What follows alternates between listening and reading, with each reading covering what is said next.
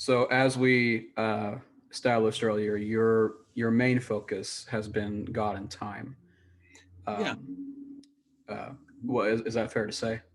Well, I've done some work on that. I wrote my dissertation on Okay. that, and I haven't done work on it in a while. I mean, it still comes up in my classes, but Hmm. yeah, Yeah. it, it's a Yeah. fun topic. Definitely. Um, so I it's a big question, but I hope you'll indulge me. What is time, and is it physical? Is it physical? Okay, first, what is time? I like Aristotle's answer. He said something like this in his book, The Physics. Time is the measure of motion regarding before and after. Mhm. Now, for Aristotle, motion covered any kind of change. It wasn't just moving through space. So time is the measure of change with respect to before and after. And that's a pretty good analysis, you know, and it doesn't answer any of the questions like, is time physical? Is it real? Is it an illusion? How is time structured? And all of these kinds of things. Right. Um, is time physical? I guess I would say, I guess I might say something like this. I think there is a thing called physical time.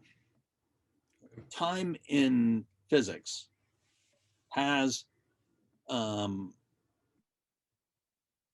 certain structure. And of course, a lot of work was done on this in the 20th century, early 20th century, with the relativity theory, special theory of relativity, um, where Einstein noticed that the speed of light is constant. That's the upper limit for speed. Therefore, there's no way to measure simultaneity of events um, unless you're measuring them relative to a reference frame. So there's no absolute simultaneity. Simultaneity is relative to reference frames. And I'm sure Mhm. as I talk about this, I'm going to get some of the words wrong. I'm going to get some of the concepts wrong. And so this led to Minkowski's positing space-time. Time is a fourth dimension of space. Um, I think that can be helpful for some kinds of analysis, but it's clear that time is very different from space, Mhm. right? In time, there's a privileged direction, Mhm. right? The future has not happened and the past already has happened, and that's just the way it is with time.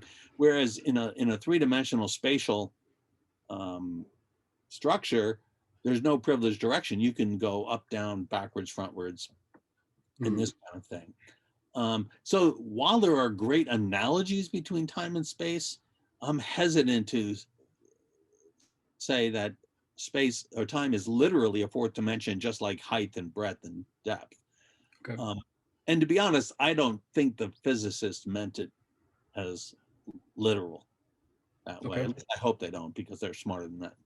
Um, um, but there's certainly time plays a role in many of our physical theories. Mhm. Right. Acceleration, and of course force gets analyzed as mass times acceleration in Newtonian physics, and a lot of our equations to describe interactions have time in them. Whether Mhm. time itself is physical, I don't know. One of the big questions is is time necessary, Mhm. Mhm. or is it contingent? And if it's contingent, then if you're a theist, you can think that God created time and Mhm. God was not temporal, and He created time. And most philosophers who take this route think that God is outside time. Now, some like Bill Craig think when God created the physical universe, and this isn't the right way to say it, He became temporal. Mhm. Right? So Bill says it this way: God is outside of time without creation, but with creation is temporal. He doesn't want to say before time because there really is no literal before time. Right. Um, and that's another view. Most Christian philosophers think God is in some sense temporal, and then working all of that out becomes quite the challenge. Yeah. I put forward an argument that God was atemporal for my dissertation, and I still like my argument. I'm not entirely convinced that God is atemporal. Okay. You would think I'd have a settled view on it after so many years. Well, yeah. I mean, it's so difficult. No one probably does if they're honest. But as I understand it, we would call the people who hold to the existence of time as independent of of our experience. We would call those A theorists, whereas B theorists would say that this the what we would call the now, the immediate present, is actually just an experience Right. of our consciousness. I hope all that's right. Yeah, that's a good way to say it. Okay.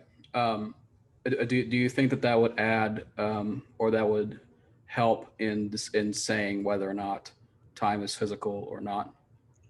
I don't know if the time is physical question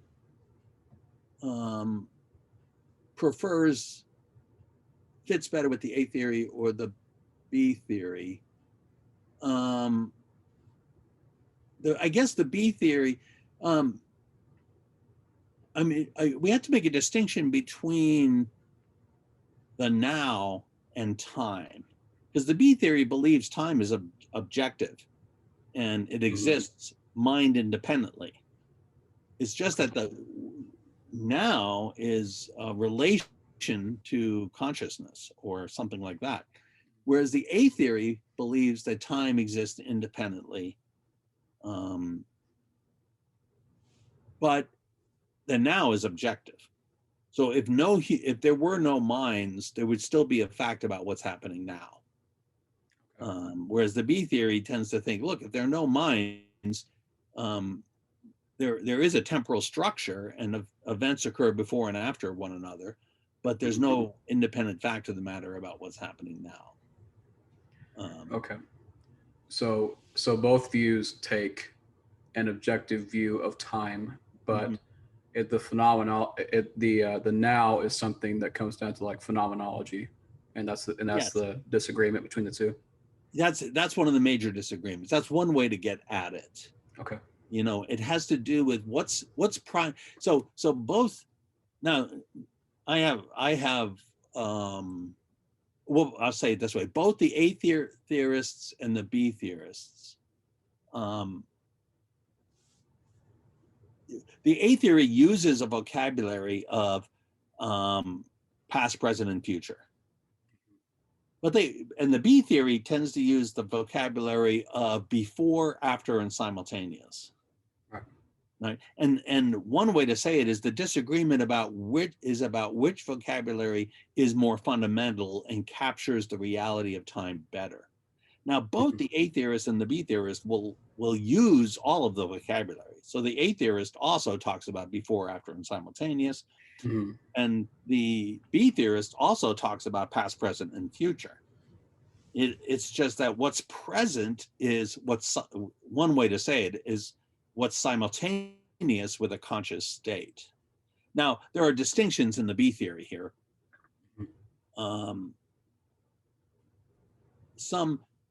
There's what's called the new B theory, which began to, really was hot in the discussion in the 80s.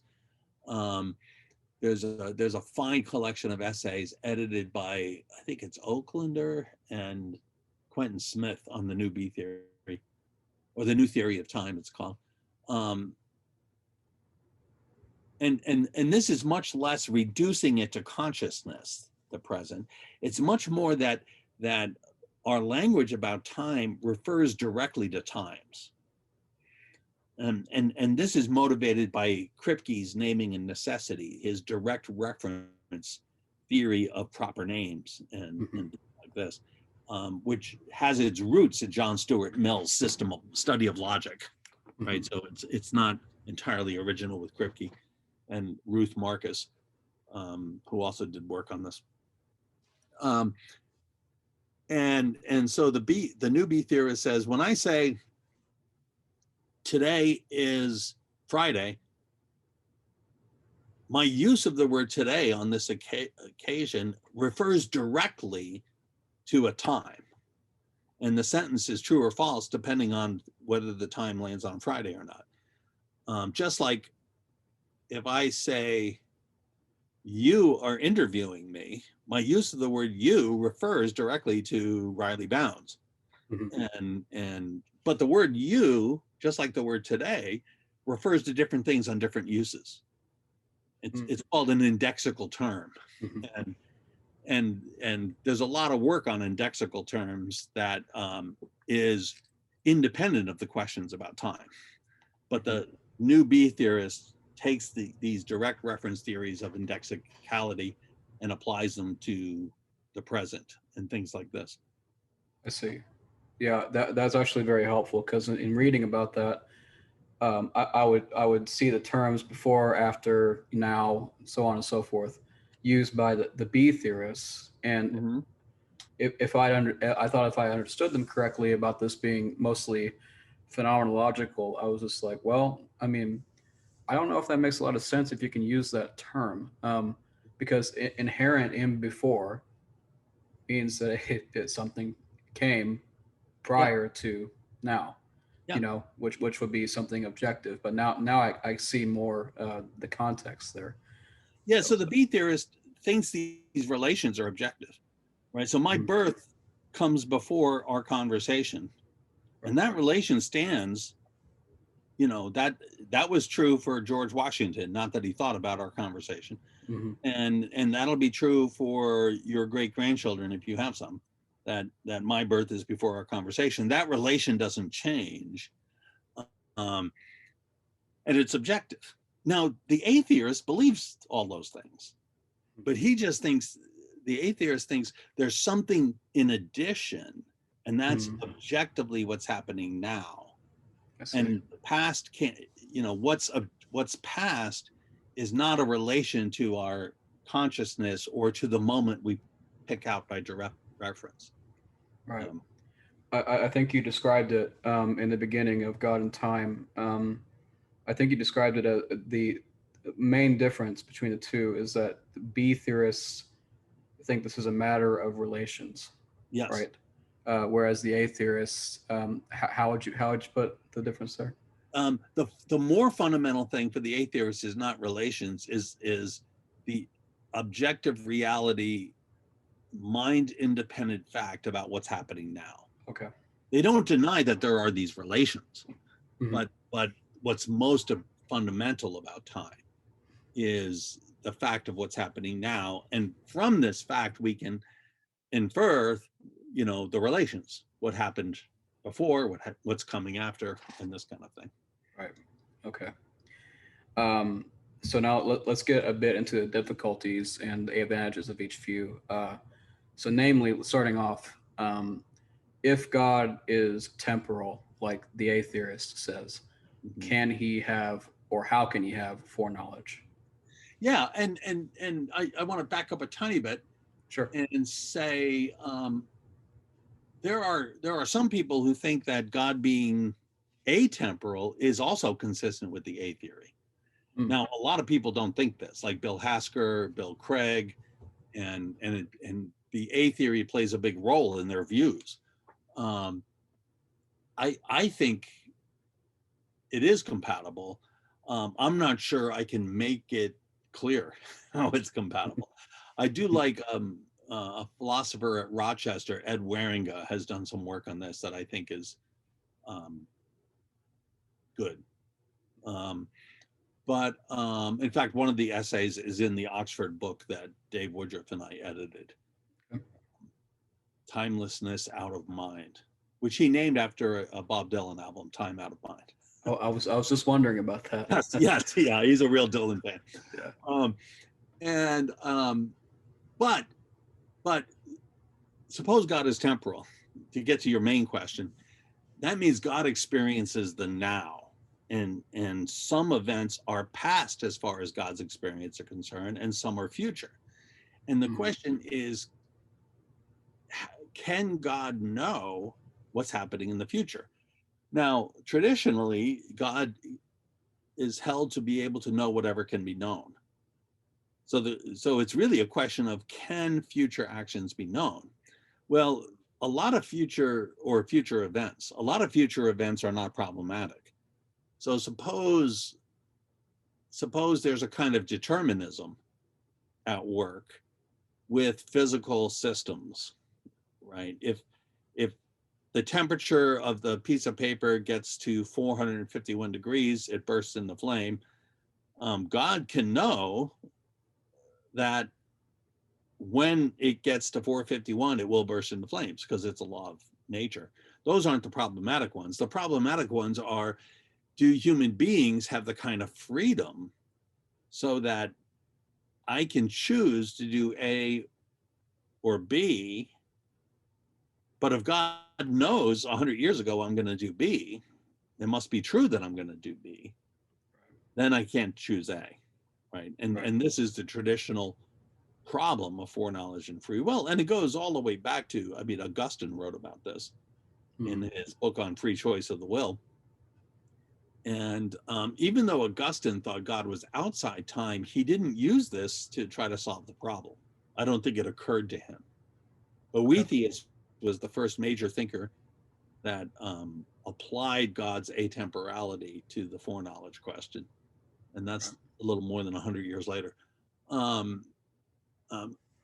But okay, suppose God's in time. Now, there are 4 or 5 main answers to this question. One is, some people deny that God can know future free actions. And they're not denying that God is omniscient, because they're saying that there's no fact to be known. God knows every fact. God knows everything that can be known. But until you do your free action, there is no true answer to the question, what are you going to do? And so it's not a compromise of God's knowledge to say that his foreknowledge is incompatible with your freedom. That tends to be called the open theism view. People like Bill Hasker and John Sanders, Clark Pinnock had this view. Quite a few philosophers have this view. Another view is called simple foreknowledge view. David Hunt is famous for this, and that's the view that God can simply know, right? If it's true that you're going to choose A, God knows that you choose A, but you're still free. It's like God has a telescope looking down the timeline, and he sees what you're going to choose. That's a rough metaphor. A view that gets a lot of discussion is called Molinism, or middle knowledge. And this is Bill Craig's view, although it's also widely held. And it's a very complicated view, that God's foreknowledge of what you will freely do is dependent on the fact that God knows all of the counterfactuals of freedom that are true. And those are sentences like, if Riley goes to the supermarket, he's going to buy a big jar of peanut butter freely, right? God knows that that's true. And then he can prompt you to go to the supermarket, and you'll freely buy the peanut butter. It's up to you that you buy it, but God just knows, in this circumstance you will do X, in this other circumstance you will not do X. And that way God can know what you're going to do, because he knows what circumstances you'll be in. without determining what you do. Now, the degree to which I oversimplified that is horrendous. Well, It's I mean, very complicated. Sometimes I'm not even sure I understand it. yeah. And then the other view is that human freedom is compatibilistic, which means it's compatible with determinism, that you can be free and God determines what you do at the same time. Now, this is very strongly held in the tradition. This is the view that Augustine came to. Something like this is the view of the reformers. You know, when you think about Calvinism, it's very Augustinian. David Hume had a similar view, although his was not theistic. And the majority of Christian philosophers are not compatibilist about freedom, Right. but probably the majority of philosophers are. Mm. So it's a very popular view. I find compatibilism wanting because I don't think it's sufficient for moral responsibility, right? Because the action, my action has to be up to me for me to be responsible. If ultimately it's not up to me, I don't know how I can be responsible. I mean, that's a common view, but it's the view I hold. No, I mean, exactly. That's the way that we've structured our justice system. I mean, if there's some form of coercion, then we get a lesser sentence. Yeah. You know, when we murder somebody or something like that. Now, Go ahead. the compatibilists are going to say, look, we're not talking about coercion, because coercion is when you do something against your will. The compatibilists say, look, you're free if you do what you want to do. And if you didn't want to do it, you wouldn't do it. And so it's a stronger view than just saying, look, even if someone puts a gun to your head, you're responsible. But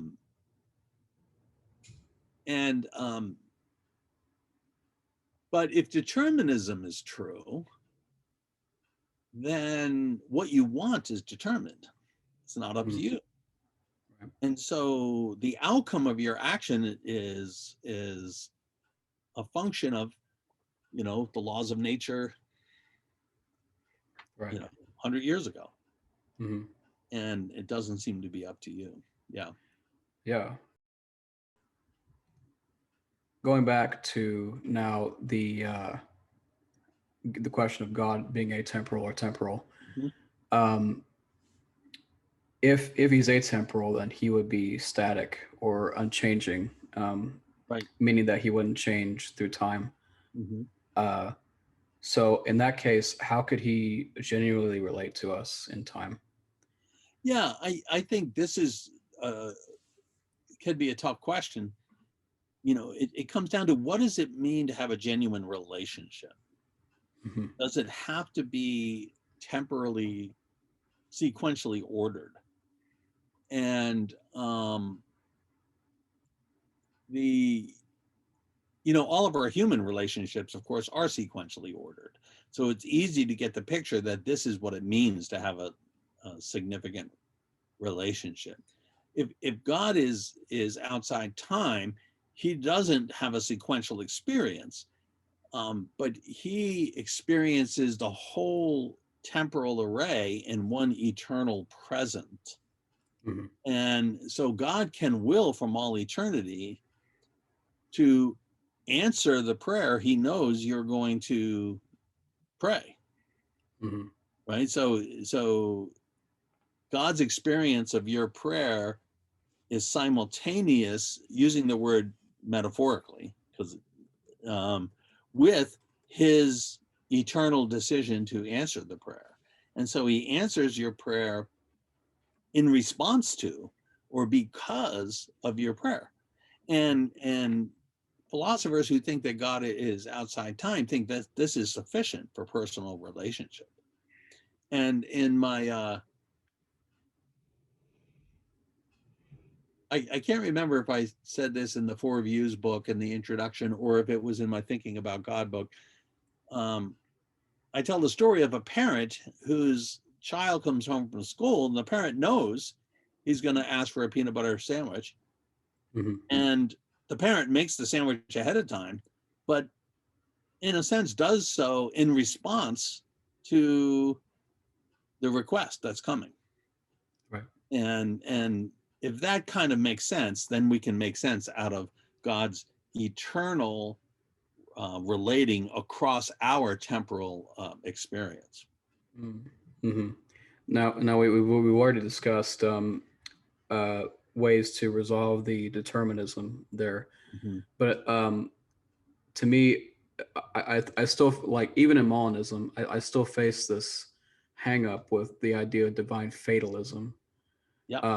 Meaning not necessarily that God determines the outcome, but that it's still fated to happen. And so I still run up against that and say, like, how can we still be free Yep. in that sense? I I, un- I understand this sense. Now, fatalism is a fuzzy term, um, and I tend to think of fatalism this way. It's kind of the view that whatever's going to happen is going to happen no matter what. Right. And if that's true, then it's really not fatalism, because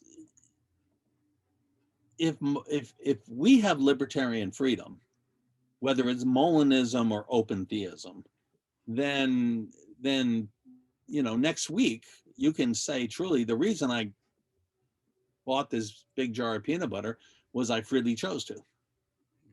Right. So what explains the outcome is your free choice. Mm-hmm. Now, if God, either through middle knowledge or simple foreknowledge, knows that you're going to make that free choice, God's knowledge is not part of the explanation for why you bought the jar, right? It's still Mm-hmm. explained by your free choice. Right. It's just that God knows that um, ahead of time, if God is temporal.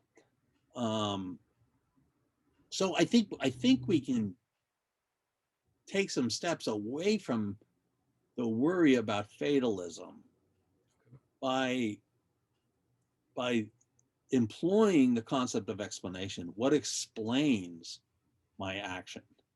Mm-hmm. Now, suppose there's no God and some kind of physical determinism is true, and human beings are completely determined, right? We're biochemical machines. Mm-hmm. Um, nobody believes in determinism anymore because of quantum theory, but we used to believe in it, or a lot of Mm-hmm. people used to believe in it. And what explains the fact you bought the peanut butter? You can explain that in terms of what we're calling your choice, but your choice is explained by the chemistry of your brain, and that's explained by the chemistry of your brain a day earlier, and that's explained. And so you're always postponing explanation. But if you're a libertarian, and let's say you're an agent theorist, the series of explanation ends with your free choice. What explains your free choice? It's self-explanatory. Right. And I think when we go at it this way, we can see that a lot of these views, whether or not the details are going to work out, don't have to fold us into a kind of fatalism. Yeah, I really like that. And just as a final note on determinism, I think the strongest argument that I've heard against determinism, whether it be natural or theological, came from Craig. And he said that, if I can remember it right, um, there's a kind of dizzying thing about determinism where if you think you're determined to believe something, then, well, you would be determined to believe in determinism. Yeah, So I mean, we can never really get at truth. yeah, So I think that that'd be an epistemological concern. Um, do you think that's a good rebuttal? yeah. I think so. I think it has to be developed a little bit. You know, notice if you believe, let's just say P, because philosophers like to say P. They believe Mm-hmm. P, right? You believe P, and the explanation is you're determined to believe P. Notice what does all the causal work is the biochemistry of your brain. Mm-hmm. And the content of P doesn't do any work, Mm-hmm. right? And in philosophy of mind, it's been, I mean, there's been a lot of views that try to relate the content of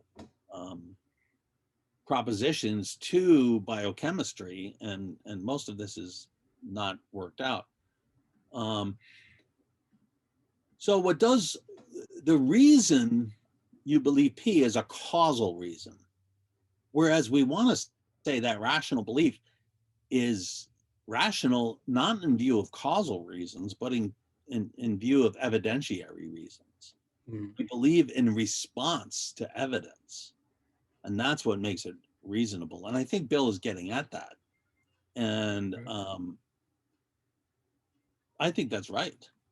Mm-hmm. You know, so and I think this is part of I think Plantinga has an essay on this about dualism in this book that Dean Zimmerman and Peter Van Inwagen edited called Persons, Human and Divine. And I always thought this was good, and then I read it in Plantinga, and I was glad he thought of it.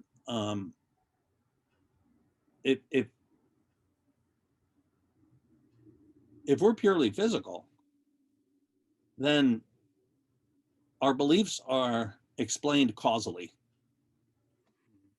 And so what does all the work is biochemistry. Right. I get up and go to the refrigerator because I want a bottle of seltzer water, and I know it's in the fridge. Well, the content of that desire doesn't seem to play a role. Mm-hmm. And